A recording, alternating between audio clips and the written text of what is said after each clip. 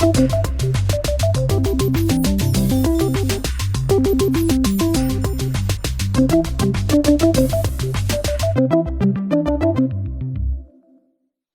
to the University of Minnesota. My name is Scott Lanyon, and I'm a faculty member in the Department of Ecology, Evolution, and Behavior in the College of Biological Sciences. And I have the privilege and honor of serving as Vice Provost and Dean of Graduate Education. In creating this website for you, we've tried to anticipate questions you might have about graduate education, to introduce you to the university's graduate education priorities and to the graduate school, and to provide you with some tools to help you get off to a great start as a graduate advisor. Now first, universities vary dramatically in how the post-baccalaureate education landscape is structured.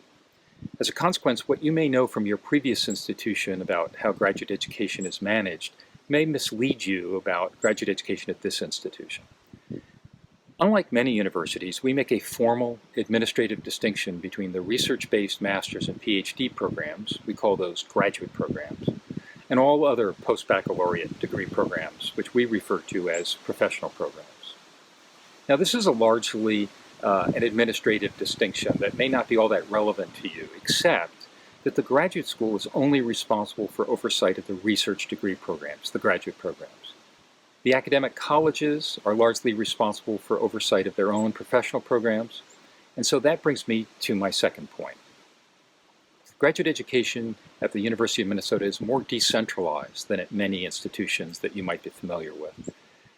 Here, the graduate school's role is primarily to advocate for graduate education, to provide services to programs and faculty, to help programs and faculty be aware of and adopt best practices, and to establish institutional priorities for graduate education.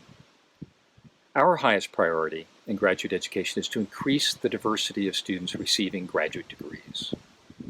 This is relevant to you as new faculty because we would like you to be proactive in attracting and in training students from underrepresented populations. And we want you to be aware that the graduate school can provide some guidance on how to recruit, retain, and graduate students from identity groups other than your own.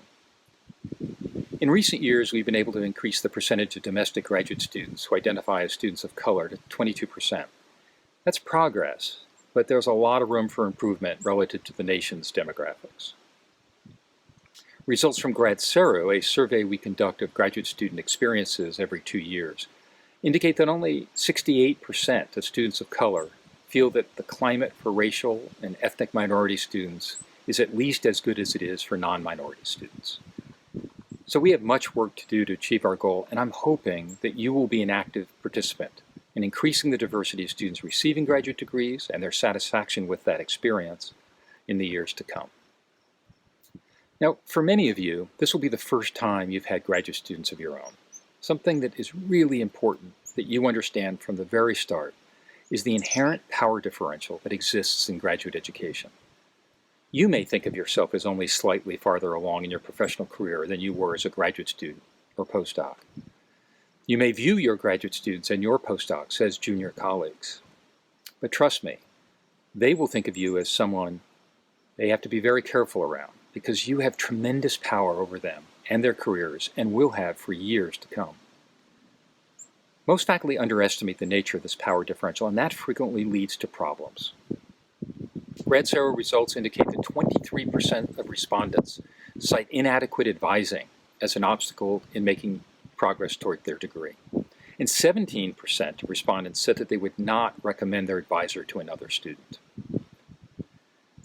More often than not, when students are unhappy with their advisor, it's because their advisor was unprepared to serve as an advisor. The graduate school would really like to change this. We hear from many faculty that advising graduate students is one of the most rewarding parts of their job, but at the same time, as new faculty, many of them felt unprepared in their role as advisors. Graduate School is here to help. We've learned that one of the major sources of conflict between students and their advisor has to do with career aspirations. We often find that students aren't interested in becoming a faculty member, but are afraid to tell their advisor because they know or they assume that their advisor would be unhappy to learn of their actual career interest. This is an excellent example of a negative consequence of the extreme power differential and a major factor when students say they receive inadequate advising. The fact is that less than half of our PhD alumni who graduated 10 years ago have careers in higher ed, and only 60% of those in higher ed are in tenured or tenure-track positions. So I encourage you to actively support the career choices of your advisees. But if you are really only interested in training students for certain career paths, please let prospective students know this so that they can make an informed choice whether or not to work with you. And you can accept students whose career goals match your own expectations. One reason a faculty member might prefer their advisees to pursue a faculty career is that most faculty feel unqualified to provide guidance about any other career path. The best thing you can do to support your advisees' interest in other careers is to encourage them to have one or more mentors who can provide such guidance. And the best way to prepare them to seek out mentors is to encourage them to prepare their own individual development plan, or IDP, based on their career aspirations. Now that your own graduate experience is behind you, it's likely that your memory of the stress of being a graduate student is fading. So that's the last thing I want to do in this welcome, is to remind you that graduate school, it's stressful. Spring 2019, when we conducted the Grad Cero survey, 20% of responding graduate students reported that over the previous 2 weeks, on more than half the days, or nearly every day, they felt little interest or pleasure in doing things, and they felt down, depressed, or hopeless. 20% reported that on more than half the days, or nearly every day, they felt nervous, anxious, or on edge, and 16% reported they were not able to stop worrying. These figures are well above the national average, and you'll not be surprised to learn that anxiety and depression have only become larger problems during this pandemic. When we conducted a COVID-19 survey this summer and asked the very same questions, the percentage of students reporting these conditions had doubled. So I'm telling you this first because I want you to be aware that just because your advisees are saying that everything is fine, doesn't mean that it is. The last thing they want to do is let you, their advisor, know that they're struggling. Second, I'm telling you this because I have a few suggestions for you regarding things that you can do to reduce or eliminate factors that lead to graduate student anxiety and depression. Trust me, doing this will not only help your students, but it will cut down on your own anxiety and depression, since a struggling advisee is a major source of stress for faculty. So as I mentioned, students who are struggling are actually not likely to let their advisor know for fear that it will damage their advisor's opinion of them. Therefore, I recommend that you encourage your advisees to have one or more mentors, people they can talk with about things that they're uncomfortable or afraid to talk to you about. Next, we have a student conflict resolution center that students go to if they are having problems with their advisor. The center reports that 75% of the students who come to the office are there because of a breakdown in communication with their advisor. Unfortunately, the majority of these appear to be situations in which the student has failed to meet an expectation of which they were unaware. For example, the student misses several lab meetings, but they're unaware that their advisor expects all students to attend every meeting and views non-participation as a lack of motivation and commitment. Another common example happens when students express interest in pursuing a non-academic career path, unaware that their advisor is only interested in advising students to be faculty. Many promising careers have been harmed as a result of the simple fact that the faculty member was not clear about expectations and held the student accountable for failure to meet those unstated expectations. This is especially problematic for first-generation students who have no idea about the culture of graduate education. So, my recommendation is that you develop a clear statement of your expectations as an advisor, your expectations of your advisees, and make it available to prospective and current students. 60% of students responded on Grad Cero that over 2 weeks prior to the survey they struggled with maintaining a high level of academic performance, more than half the days or nearly every day. Well, in some ways that's a good thing, because graduate school is about pushing students to excel as scholars. It's going to be stressful. That's good stress, right? It causes us to be the best we can be.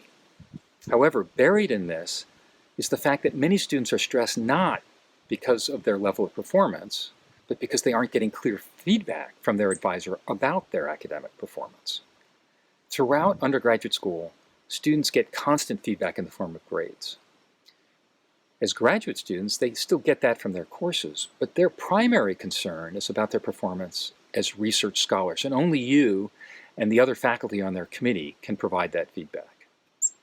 For some students, I regret to say that the only formal feedback on this aspect of the performance are the prelim exam and the final defense, leaving them in the dark the rest of their graduate career and making these events, the prelim and the final, incredibly stressful. So I'm asking you to provide regular, honest feedback. It may seem counterintuitive, but telling a student clearly that they aren't meeting your expectations is far less stressful for students and much more constructive than if they're kept constantly in the dark. Now, make sure you use concrete examples in your feedback with specific suggestions for what the student needs to do differently and what they can improve.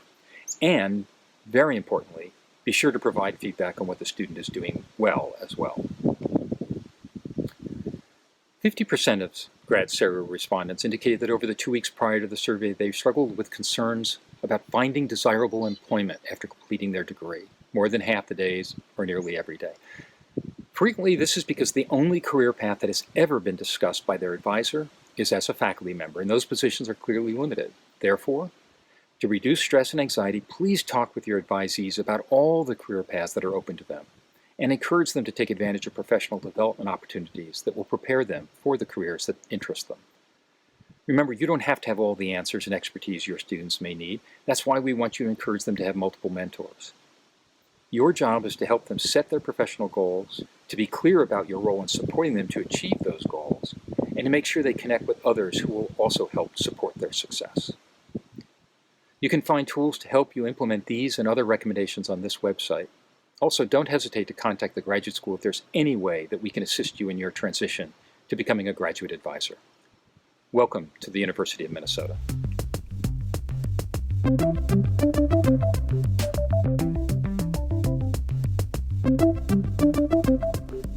Thank you.